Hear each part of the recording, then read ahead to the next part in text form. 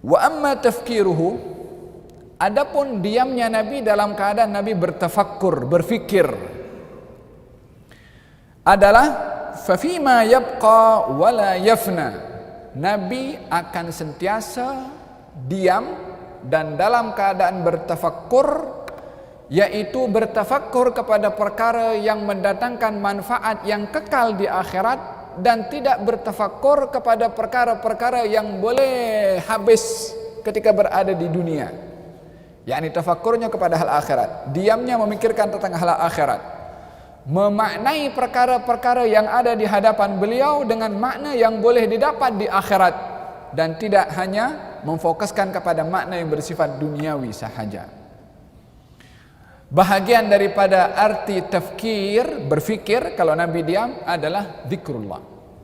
Diamnya Nabi juga adalah berzikir kepada Allah Subhanahu wa taala, sehingga dalam hadis-hadis yang lain disebutkan Nabi itu adalah dawamud dzikr atau daimul dzikr, sentiasa dalam keadaan berzikir, mengingati kepada Allah Subhanahu wa taala. Walaupun beliau itu diam, maka diamnya sedang bertafakkur, mengingati akan kebesaran Allah Subhanahu wa taala. Dalam sebuah riwayat dikatakan tafakkur, bertafakkur yang mengingatkan kita kepada Allah sesaat lebih baik daripada ibadah selama 1 tahun. Dalam riwayat yang lain lebih baik daripada ibadah 60 tahun. Tafakkur, bertafakkur yang mengingatkan kita kepada Allah, dan tafakkur itu tidak akan mungkin berlaku kecuali kita diam. Kalau bercakap sini, ma ja'alallahu lirajulin min qalbayni fi jawfihi, Allah tidak menjadikan 2 hati pada satu orang.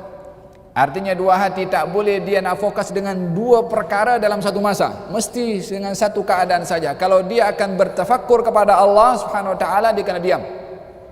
Tapi kalau sedang bercakap, dia tak boleh nak fokus kepada tafakkurnya.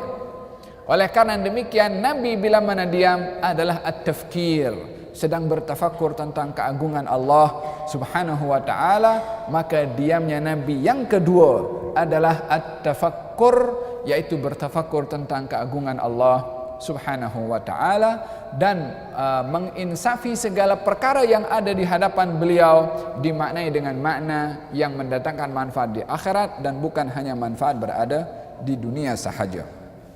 Satu hari baginda Rasulullah sallallahu alaihi wasallam tidur di sebuah alas, dan alas itu terbuat daripada pelepah korma. Maka ketika Nabi bangkit daripada tidurnya, nampak bekas di belakang badan Nabi, karena waktu itu Nabi tidur tidak tidak beralaskan kain pada badan beliau. Maka nampak macam agak calar-calar sikit, atau nampak macam garis pada badan baginda Rasulullah sallallahu alaihi wasallam.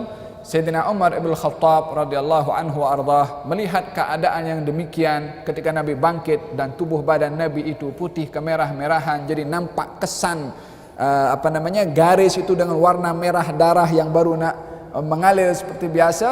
Maka Sayyidina Umar bin Khattab mengatakan, ya Rasulullah, Raja Persia di kerajaannya dan juga Raja Romawi di kerajaannya tidur di atas alas yang begitu nikmat, engkau adalah Rasulullah tidur di tempat yang sedemikian. Kata baginda Rasulullah, ya Umar, tidakkah kamu suka semua kenikmatan itu untuk mereka di dunia, tapi untuk kita nanti di akhirat? Dibawa oleh Rasulullah pemikiran Sayyidina Umar bin Khattab, dan itu bukan untuk Sayyidina Umar sahaja, untuk umat sepanjang zaman. Sebab ta'lim, pengajaran Rasulullah adalah untuk seluruh umatnya, walaupun melalui peristiwa individu para sahabat yang berinteraksi dengan Nabi Muhammad, tapi hakikatnya untuk kita juga.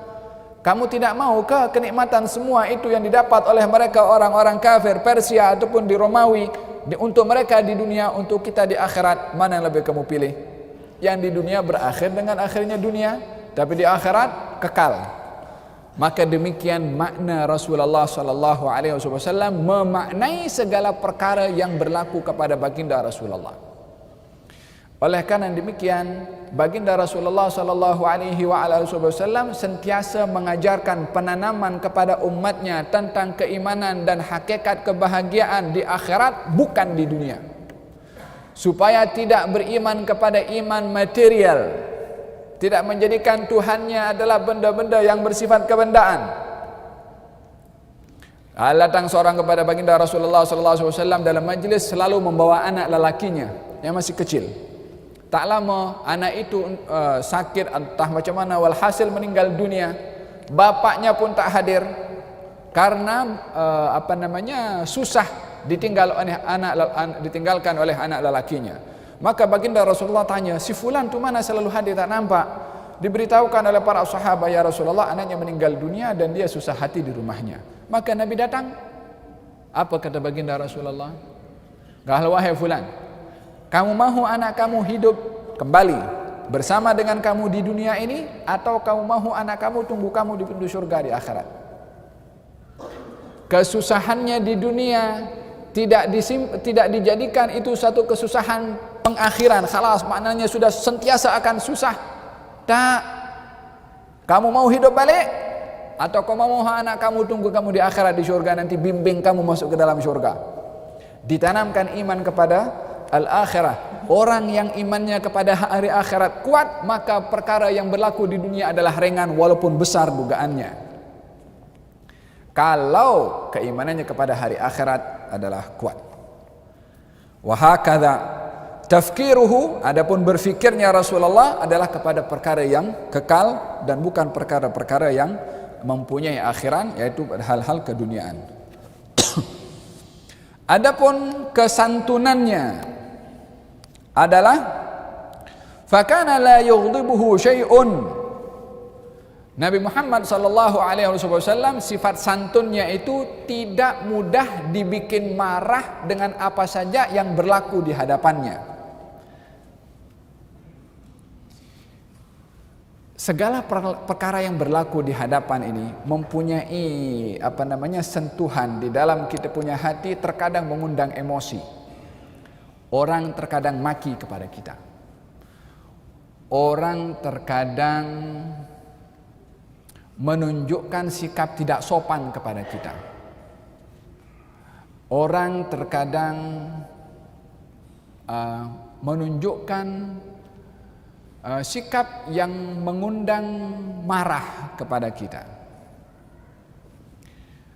Bagi baginda Rasulullah sallallahu alaihi wasallam, perkara apa saja yang mengundang emosi Nabi, tidak mudah terpancing Nabi itu emosi. Itu namanya halim. Orang yang dia boleh kawal emosi walaupun dibikin emosi, walaupun dicabar emosinya, dia itu adalah akan mengawal emosinya. Ini orang yang halim. Tapi orang yang tidak boleh mengawal emosi, sedikit perkara berlaku dia sudah meluat, ini orang lemah. Sebab dia tak boleh kawal dia punya emosi dan tidak punya sifat halim, kesantunan.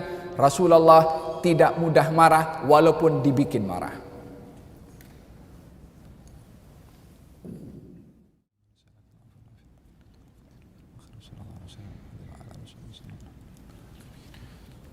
Di dalam hadis disebutkan laisal syadidu bisur'ah, bukan orang yang kuat itu adalah orang yang boleh mengalahkan ketika bergusti, yakni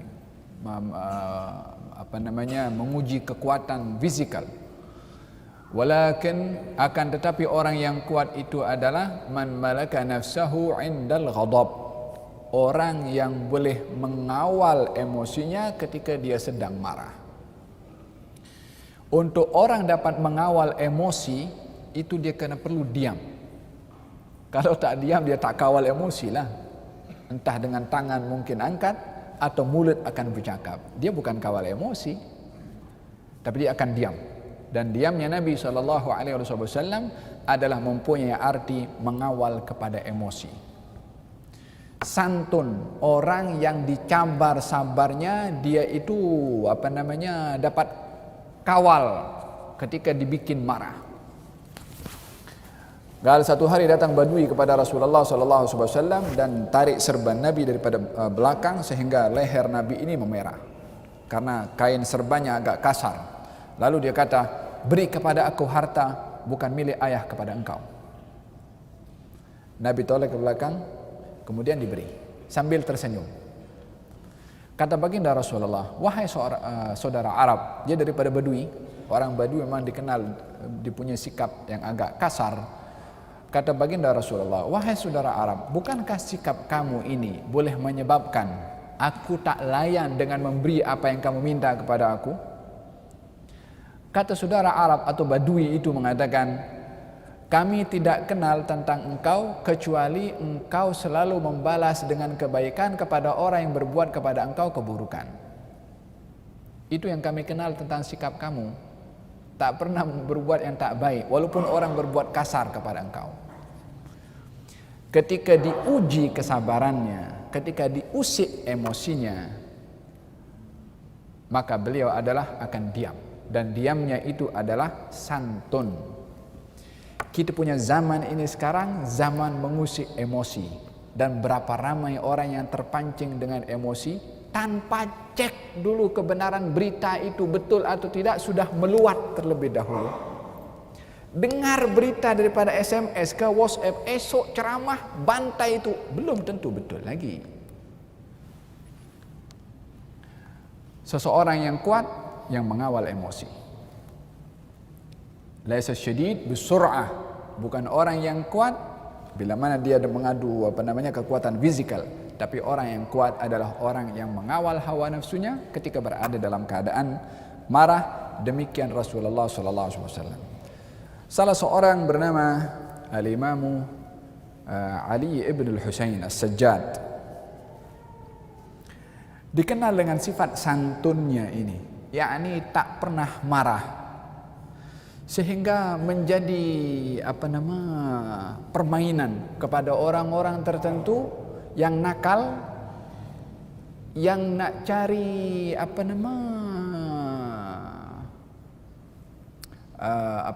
nak cari sensasi. Macam mana supaya orang ini boleh marah? Maka ada satu orang Badui yang kasar, dia bagi tahu, aku bagi kepada kamu duit 1000 dirham, 1000 dinar. Kalau kamu boleh bikin marah kepada orang itu yang jalan tuh. Saja nak cari tak ada kerja. Maka kata Badui itu mengatakan, okey, 1000 dinar, 1000 dinar. Didatangi, dimaki hamu daripada A sampai Z. Apa kata-kata makian yang tak keluar daripada mulut orang Badui itu yang memang kasar. Daripada A sampai Z. Al-Imam Ali dia diam. Kemudian setelah selesai itu Badui bercakap, dia beritahu, wahai saudara Arab, apa yang kamu cakap sebentar tadi itu sebahagian kecil daripada apa yang kamu tahu daripada perkara buruk yang ada pada aku, yang hakikatnya perkara buruk yang ada pada aku lagi banyak daripada apa yang kamu dah kata kepada aku. Ini makian daripada A sampai Z, bukan satu. Kita satu makian, kita balas 10 makian.